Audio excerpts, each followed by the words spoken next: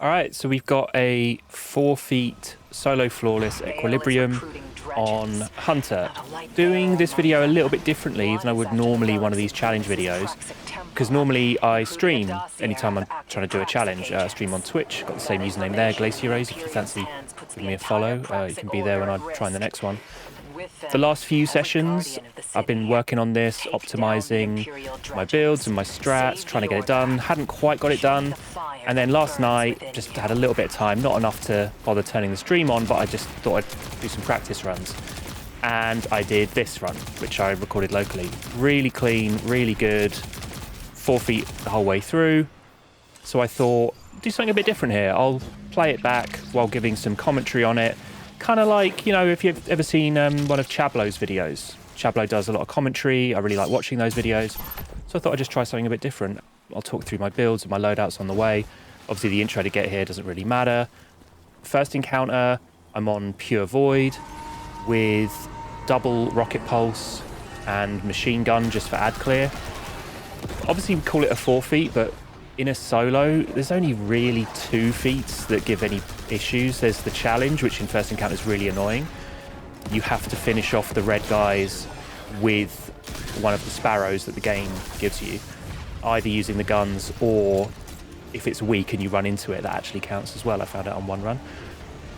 And the other thing is phase race gives you a time limit. So those two things together can be annoying, especially if the red guys bug out and don't do the things they're supposed to do, which happens quite a lot, or positioning of the behemoths, the walkers. Sometimes they just go hide at the back of the map and don't let you kill them. I'm on Pure Void with quite high weapons. I think it's 175, just so I do as much damage with my rocket pulses as possible. 2-piece Pharaoh, 2-piece Smoke, just to give myself as much DR as possible, especially if I'm making orbs and picking up orbs, because you don't have a lot of time to ad clear in this. You just got to focus on mechanics. Oh, I'm coming back to the feet thing as well. Like, the Bane's feet can be a bit annoying because they're drains, but positioning is really important in this, so I'll talk about that when I get to it, because the drains are these sniper scions that are in each corner of the map, so you kind of have to position yourself so that you break line of sight as much as possible, or else they'll just get you to 1 HP and then all the ads will kill you. And then the 4th feat is the one that gives you less res tokens, which on a solo doesn't really matter. So for the whole run, it's mainly just the challenge and phase race that you've got to worry about, with a little bit of thinking about the drains. So this here, my positioning far to the left while I take out this first one, that's actually quite important, because as soon as I take this guy down, this other walker is peeking its head out, come to see me. If I were to stay mid, quite a lot of the time, one or both of those walkers will just like go to the back middle and hide from me. But because I was able to get both of them, all 3 of them down, it means that I can then get them down before refreshing in the buff puddle and then move on to getting the next red guys. The machine gun is Watchful Eye, I think it's called. It's the arc machine gun from Heresy. It's got overflow and surrounded, so you hardly ever need to manually reload it, and you've got a damage buff almost 100% of the time. I don't know why I started shooting some shots at that scion. It's pointless. They've got so much health. Just try and avoid them. Just keeping refreshing the buff. Now the position I like to get to is back here, because you're just kind of in cover and out of range from the drains occasionally, so it's a little bit of a better survivability than the others. So there I was critical health, and I whipped the rocket pulse to take down a red bar because of, vigilance. The fragment where when you're critical and you get a kill, it gives you an overshield. That's why I'm on Void for this, really. I found it to be the most consistent and the safest build. What else am I on here? I'm on Persistence for longer buff duration of Devour, Starvation so I get Devour from orbs, and Undermining for weakened grenades. So at the moment I'm just trying to use this last bit of buff to get these shields down, weaken them with the machine gun, finish them with the Sparrow. And I've tucked in this little corner because here none of the drains can see me. The drain on this corner is kind of above me, so I'm completely safe from it, and it just gives me a little bit of a hidey hole to take out any remaining Fortis Behemoths and get the red guys over here. Now this is not the last one. I'm a little bit low on special ammo, So yeah, go invis to go get that brick that I've seen, break the last shield. So now I don't need any more buff, and I've got about a minute left. So that's pretty good time, because you do have to take out the Gloriouses, which can be annoying. First one, I use my tether and my Sire Turner with One for All. I found that One for All can be a bit buggy with the tether. Like, because lots of enemies are in the tether and sharing damage, you'd think it would just give you maximum One for All straight off the bat. Sometimes it doesn't, so I try and make sure that I'm just like whipping the first shot around just to make sure I hit multiple enemies. Then I go up here, proc bait and switch on my mint, cook this one with the weaken nade, and then I've got 25 seconds left to get the last one down. So we're chilling, really, even though the Centurions are sort of starting to bunch up. And yeah, Rocket Pulse is really good for this. One thing I'll point out is that, you know, I really wanted to do this 4 feet solo flawless, because I technically did a regular solo flawless, but as this is quite an easy dungeon, I didn't really want to upload that. I wanted to do the hardest version of it before I put an upload on YouTube. So that's why I sort of put the practice in, optimized everything to do the 4 feet. Now, I'm very late to the party on this. I know this dungeon came out like 4 months ago. But I just haven't really been playing the game that much. I'm sure a lot of you can relate to that. But I finally thought, well, you know what? Sage Protector armor is pretty good for the bonus sword damage if we get sword bosses in the future. So I'll start farming that, and while I'm farming it, I'll just work on the solo flawless, get the 4 feet done. There was a run that I just want to shout out that I saw on YouTube when I was looking at how other people did it on Hunter. Lord Moop did a really good 4 feet solo flawless with one loadout the whole time using Wolfsbane. So no cheesy stuff, no grapple melee spam, no lucky pants. And I've kind of done the same here. I didn't want to do Wolfsbane because I thought, well, Moop's already done that. And it's, you know, it's a very good run. I'd recommend watching that if you haven't seen it already. Using Fortune's Favour and Wolfsbane, so you just print yourself orbs, get the overshield, get the extra damage. Oh, in that first encounter I was using Fortune's Favour as well, so that if I occasionally got overshield, my rocket pulses would do more damage against the behemoths.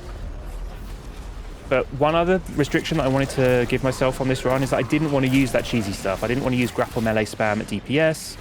I didn't want to use lucky pants. You know, those things are very strong, very OP, and, you know, let's be real, if there was a contest mode tomorrow, like if they launched a dungeon or a raid or something, those would both be disabled. Like, they have been disabled for the last couple. Whether it's, you know, grapple points or uncivil discourse. So I just kind of felt like it would be a bit too easy to do that. So I limited myself, and I'm using other weapons, other builds. And not using Wolfsbane because that's what a lot of people use. It's what we used in contest mode against Harrow. And obviously Moop's already kind of done all that with their run. This is the only slightly sketchy bit of the run where these drains can kill you. But it's fine. I normally just spawn a tangle, throw it in there so that by the time I open this shield, everything in there's dead. But it's just a transition. I normally run Strand on transitions just because of double grapples and woven mail. It's just pretty safe, pretty easy, and you can do some skips with the grapples as well. I'm not doing any oobs in this. I'm not really worried too much about like trying to get some crazy time or skipping counters or anything. Artifact wise, not really much on the artifact this season or this expansion. Overload Pulse is kind of helpful. Gravitic Voltaic Charge, so I get an extra charge of armor charge at Harrow, so I'm on a Void Super here. Power from Pain, Devour from weakened multi-kills, that's kind of helpful at Sere. And Armorsmith for a bit of extra DR from breaking shields. So for Harrow, I'm using Grand Overture with Sire Turner. My Sire Turner is the shiny one, so it's got Accelerated Assault Origin trait for extra damage from... You deal sustained damage that procs, it partly refills the mag, and what is it? Yeah, it partly refills the mag and increases damage. So that helps, and I'm using Elemental Honing here because I'm on Prismatic. It's really easy to get that to ×5 at damage phase, and then Grand Overture is just really nice to get those extra bursts of damage, and they're both arc. The other thing I'm doing on this run is, normally when I do a solo flawless dungeon, especially a dungeon that's a bit trickier or has a lot of different rooms or different needs within encounters, such as like Vesper's Host, Puppeteer, it's almost like 3 different encounters in one, right, for each of the different rooms, and then DPS. For that, I'd have multiple loadouts throughout, and I wanted to kind of challenge myself and restrict myself here. So I'm not doing swaps between, you know, scavengers or neutral loadouts and then damage. I'm just running my damage loadout the whole time. So I got triple arc surge on here. Just building up the charge before I go into one of the rooms. Obviously the challenge here is to make sure that the boss never explodes. So you've got to make sure you've got at least Shadow Novice before you go into a room, so that if he gets close to you, you can interrupt. There is a weird thing I want to mention here about the drains at this boss. I noticed that on some of my runs, the Drain Centurions, just in this encounter, just in those outside rooms, were really tanky, and they would take like twice as many shots as other ones. And I looked into this, and someone had also noticed this a few months ago. There's a post on Reddit that said that while you're flawless, those drains take more damage. And I found it sort of inconsistent in that in a run, maybe one room will have a really squishy one that takes 3 shots. The other one will take 6 or 7 shots. But as soon as you wipe, as soon as you know, do a practice run from a checkpoint, or you're no longer flawless, all of them are squishy. So you see that one took so many shots. And that's with Radiant, Weaken, Triple Arc Surge, and my Rocket Pulse. There's no way that guy should take that many shots, right? So, classic Bungie spaghetti code. I don't know if it's intentional. I don't think it is, especially because as soon as you wipe, they all become squishy. Like, I'm not 100% sure that that's what's going on, but I'm like 99% sure. So, if you run this and you're trying it, just bear that in mind. It's why I always try and go into the far side rooms with a smoke, so that I can just Weaken and Radiant and nuke those drains. The middle one, it's easy to avoid it, so I don't really bother. Watch out for the stun here. Sometimes it's easy to forget to do that last one when you get into the middle room. What else shall I say about this build? So again, I'm on 2-piece Pharaoh, 2-piece Smoke, just for extra DR, and with 200 weapons, because I'm on Tether, you don't really need a lot of super. So just max out my weapon damage as much as possible. Here's the most efficient way to break the shield. You make sure you got the buff, and when it comes out, if you do the first melee, as soon as it starts glowing, you can actually get 3 melees off, which means you only need 1 melee when he comes out of the second one. And that way you can save all of the electric pylons around the corner for extending your damage phase. If you didn't know, yeah, if you activate the electric pylons, then during damage, if you go stand next to one and the boss breaks one mid-damage phase, it adds extra damage time, so you can really cook even harder than normal. So you don't really want to ever use those for breaking the shield to start damage, you just want to use the pits. Obviously I'm on Ascension, Threaded Spectre, Acrobat Dodge, Smoke and Grapple, Protection for DR, Command for Freeze Reload, Dawn for Radiant Melee, Purpose for Overshields on Orbs, and Ruin for extra weapon stat and more damage from Shatters and Ignitions. Now I'm also on Fortune's Favour here, and so this little rotation that I do there, where I use some Rocket Pulse, and then I stand next to the thing, and then as soon as he breaks it, I dodge, because I'm using quite a high class stat and also class fonts to get me over 100. So if I get hit and take damage and lose my overshield, I can just do my Ascension, and that'll give me more overshield for more damage. Command for the freeze reload I find actually really useful, because even though my Sire Turner has accelerated assault, sometimes you do still get caught on the reload, but with Command, doing the wombo combo of my Transcendence, it just helps me fire it constantly without reloading. That's quite an important bit I should mention there about getting the stun after damage phase. So I'll normally try and lure out some Scions into the room before I start damage and kill them, so that there's some puddles lying around. Just so that during damage I've got a good chance of going through a puddle and extending the buff.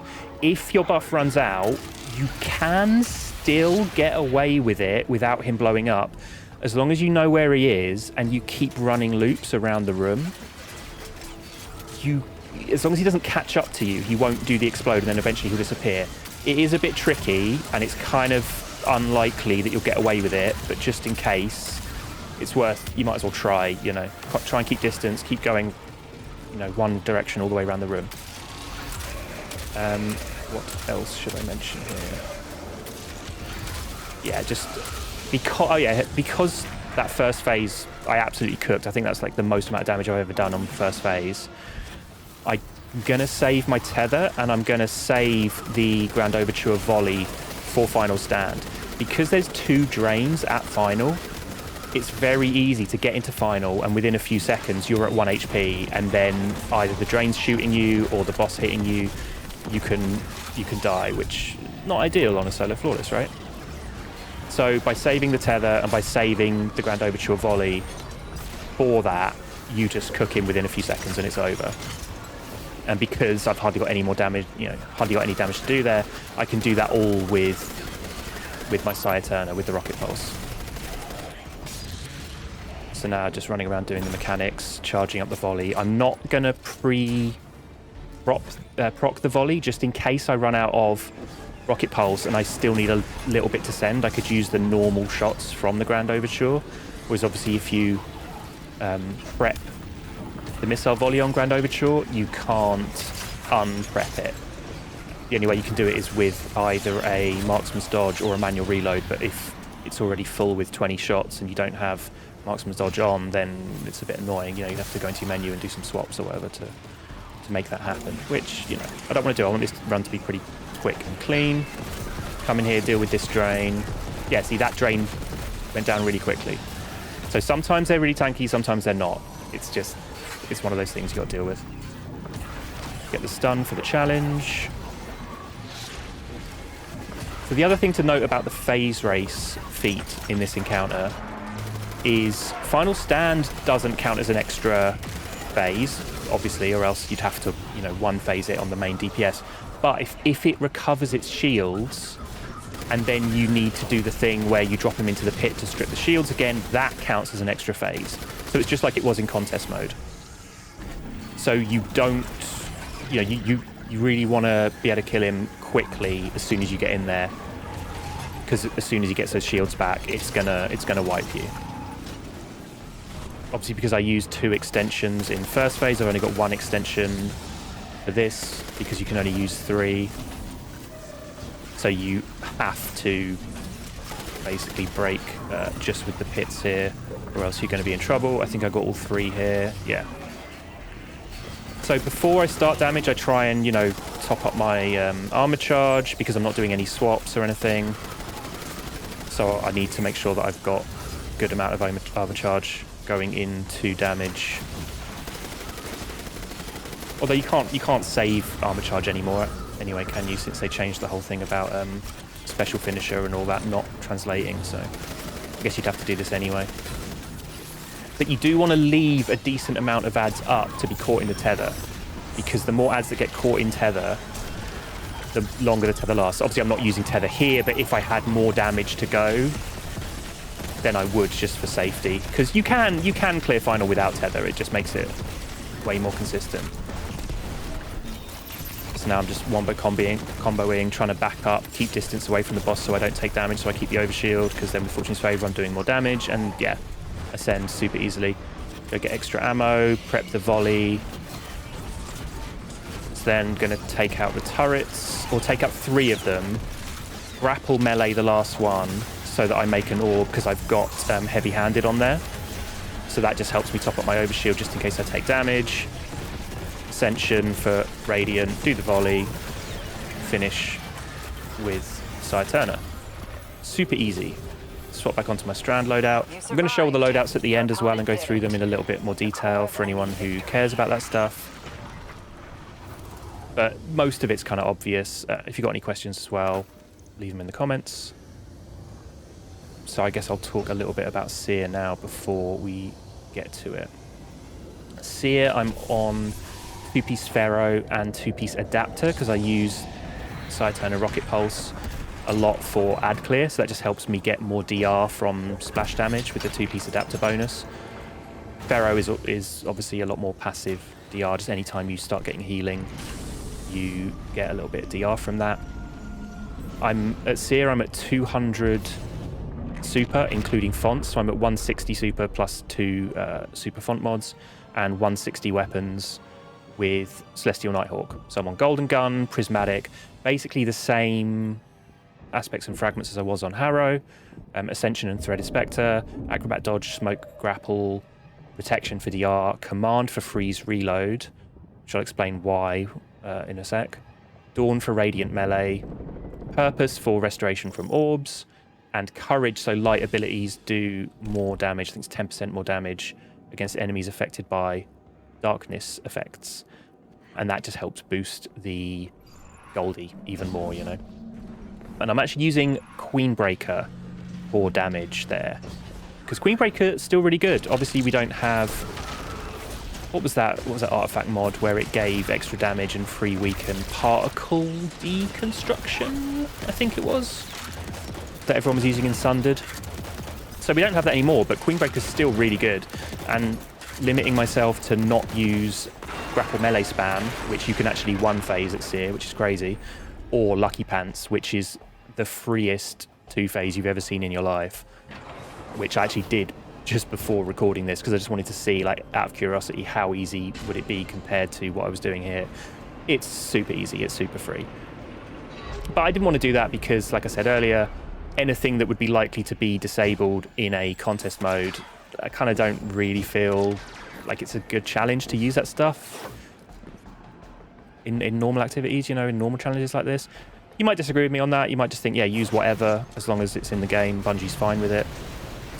But also, considering this dungeon, the world first got cleared in, like, was it like an hour and a half, using one of the cheesiest things that's ever been in the game, the Controverse charged grenade weaken spam, where everything was chunking.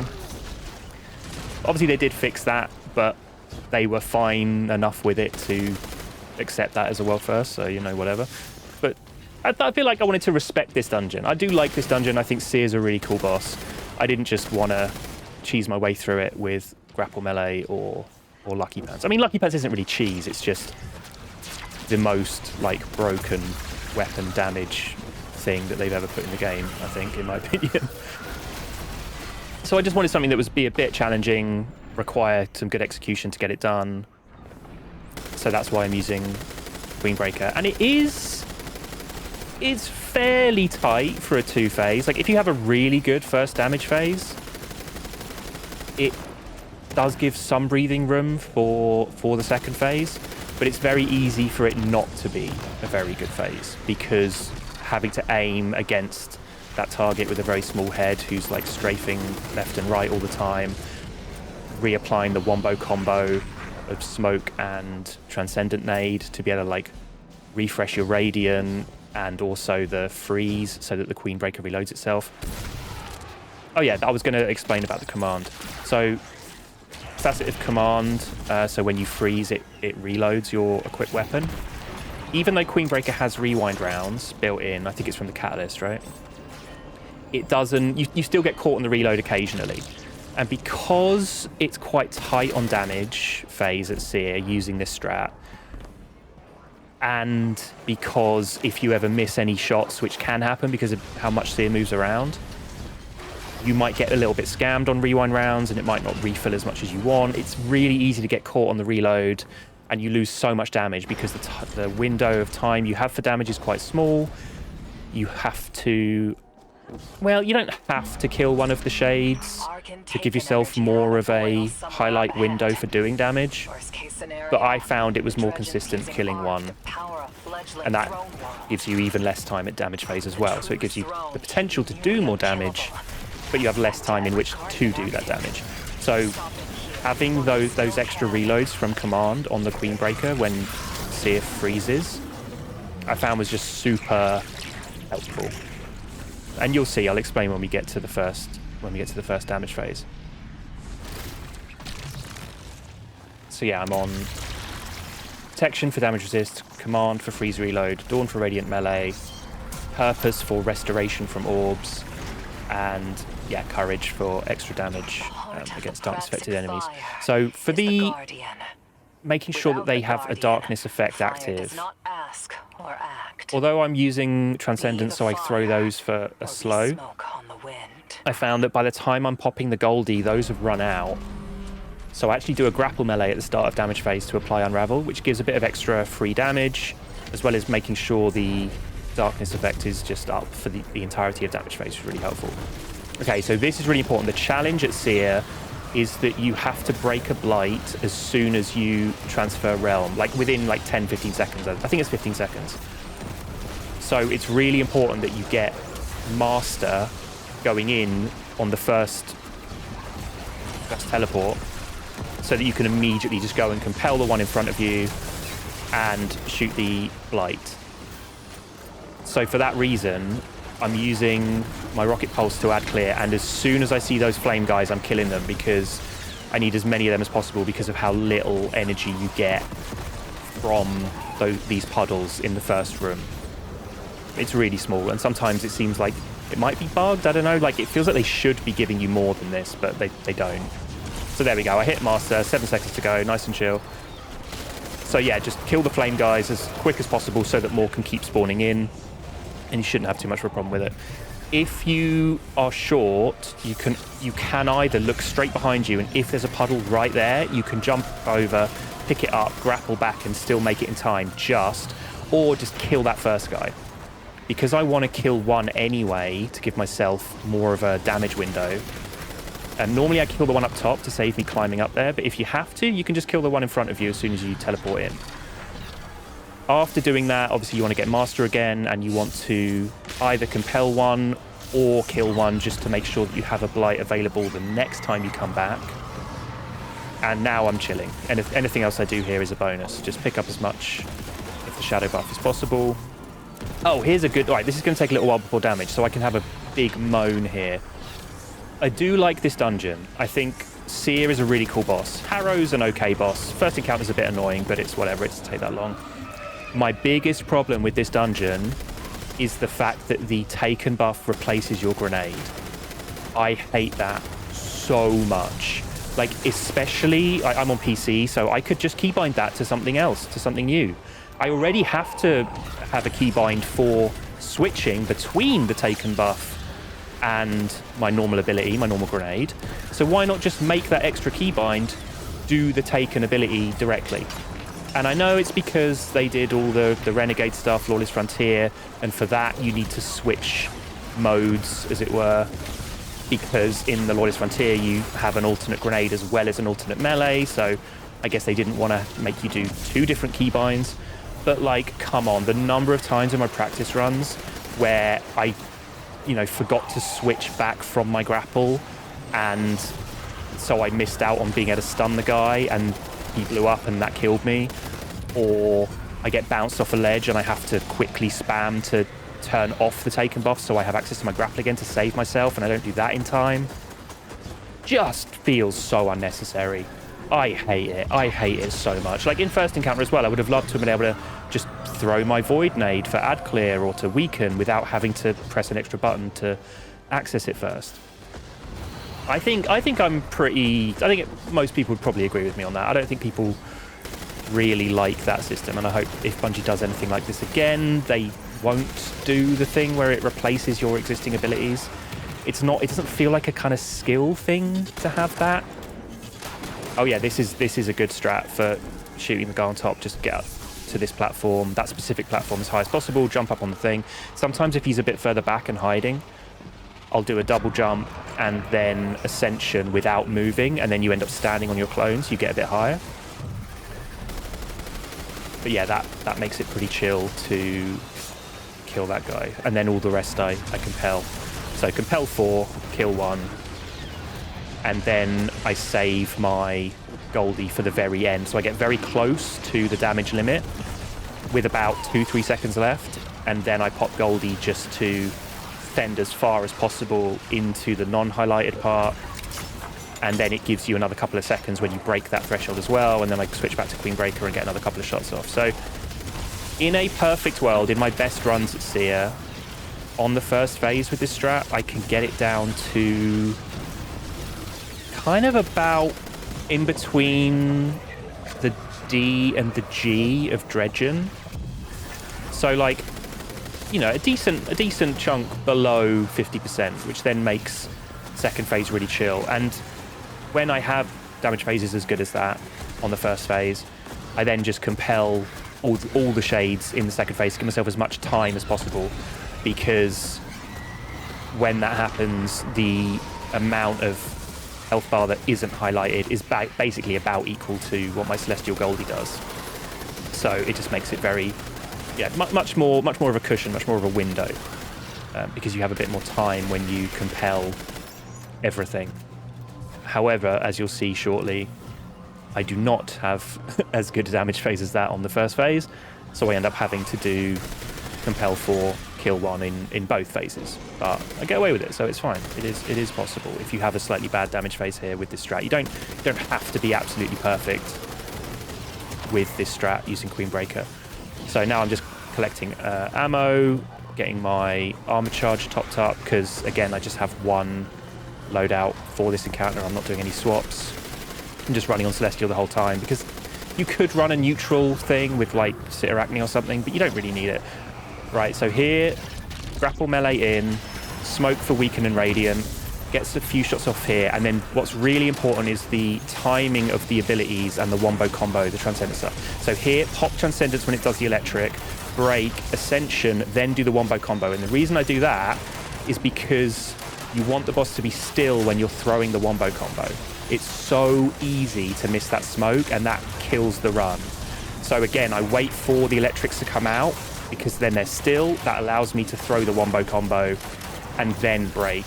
Breaking hands with Queenbreaker is also really chill, because it's just one charge and you whip from one side to the other, so it's really fast, and it doesn't lose your increased charge rate from Queenbreaker by doing that. And there we go, just under 50%. I think I missed a few headshots or missed a few bullets during that, but I think it makes the most of the time that you have. With command as well, not getting caught on the reload. And now, second phase mechanics is actually more chill. Oh, one thing I forgot to mention about before going into damage phase, that I'll mention again when we get to it on this second phase, is you want to obviously kill all the red guys so that you have all the blights available to shoot. But then what I do on first phase is, before shooting the last one and going into Taken Realm, strip the shield off the red guy, just so that he's available immediately to kill at the end of first damage, because you won't have the buff anymore. And that just gives you a big boost to not only be able to shoot a blight immediately to give yourself more time, but also to build up more buff, so that when you get in here, you're closer to master, you can immediately compel that guy. Like, if you have to run around getting buffs off the flame guys first before you can even take out that first red guy, you're just not going to have master when you come back in here, and you're going to have to kill the one in front of you, and it's just a bit more annoying. So yeah, I highly recommend just stripping the shield of the extra red guy that spawns after you've made all the blights breakable. Then also make sure you kill all the dogs, because dogs only spawn in after you kill a red guy. So because you've left that red guy up without the shield and just running around, you've already killed all the dogs for it. So you're not going to have any dogs during damage phase. And then just before I shoot that final blight and go back into Taken Realm for the last time, kill the flame guys.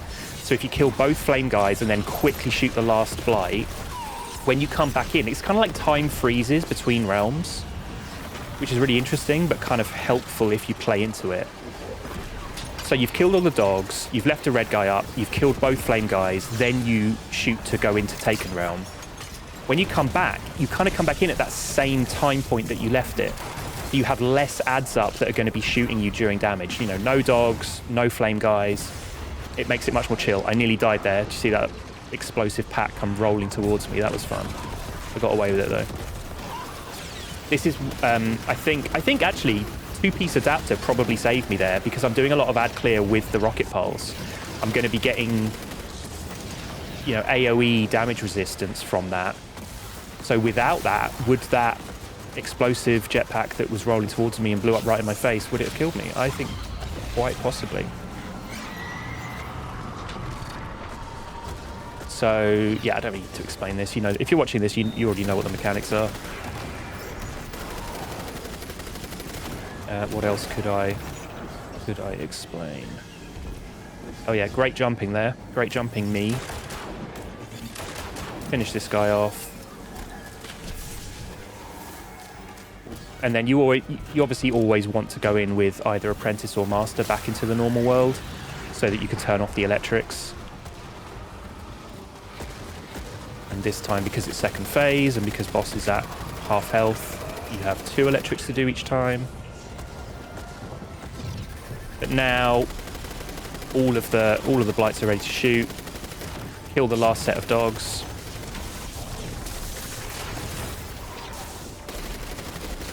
Because there will be a red guy. Yeah, there's the red guy. So we're not going to kill that red guy. We're just going to... Well, it's second phase on phase race, so we don't actually need to take the shield off this guy, but I do just for force of habit, muscle memory.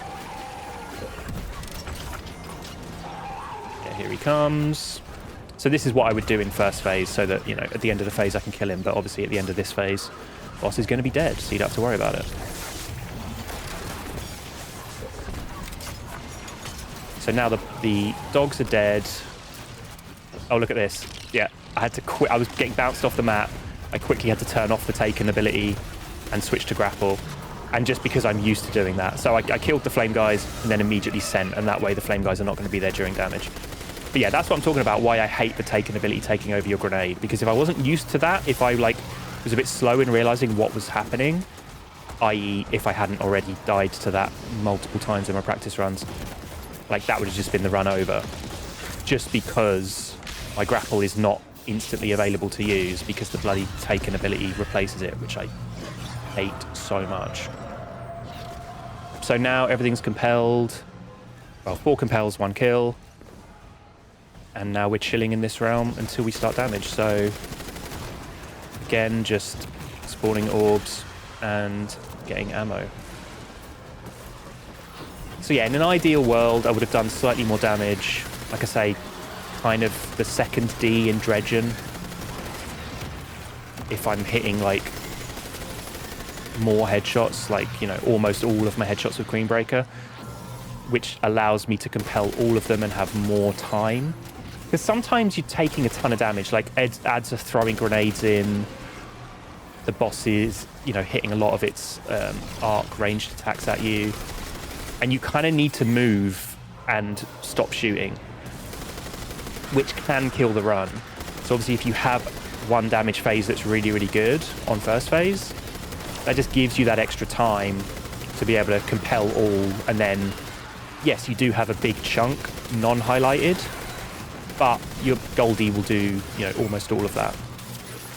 And if it doesn't do all of it, it will at least send past the threshold and give you extra few seconds to get Queenbreaker back out and finish it off with that.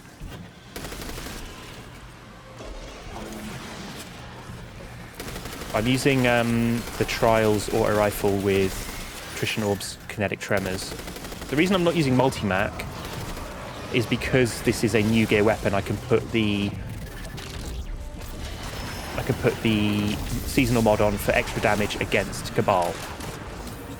Obviously this boss isn't Cabal, but a lot of the ads are, so when I'm using my auto rifle to ad clear, it just makes it a bit higher damage.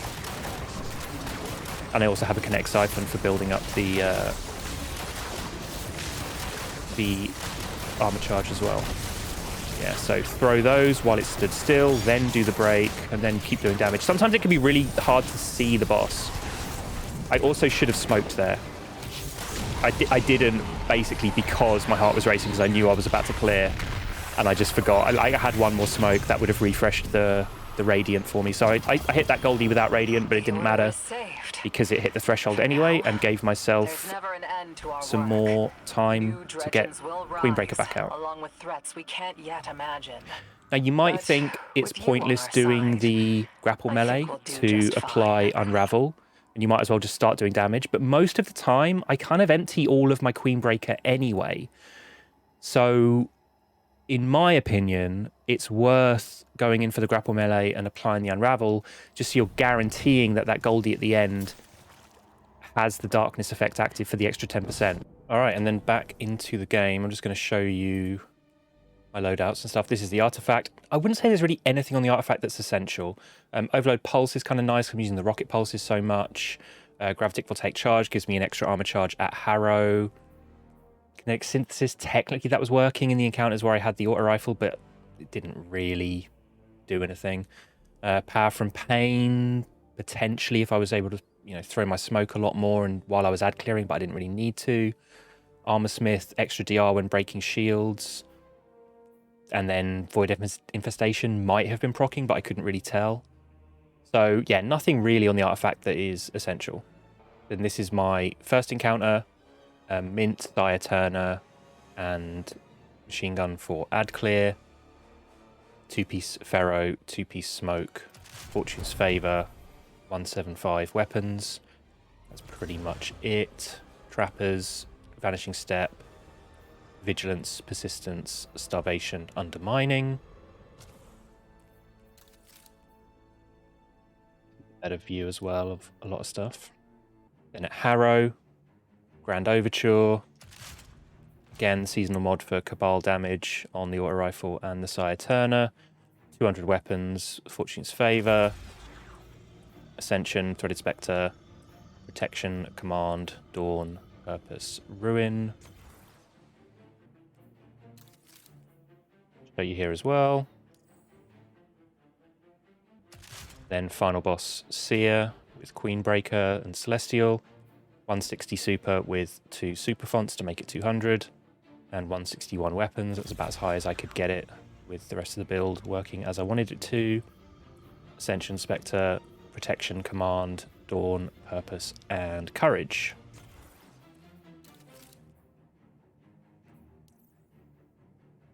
So yeah, any questions, put them in the comments. And also let me know what you think about the commentary style of video. Obviously I don't really do that style before. Normally I'm live streaming and I just cut a highlight and put that on YouTube. But, I've seen a lot of Chablo's videos before. Chablo does a lot of commentary style stuff. So because I got this run off stream, I just thought rather than putting it up, silent, just the run itself, maybe I'd give it a try with the commentary. So let me know if you liked it or hated it. Maybe I'll do another one in the future. Who knows?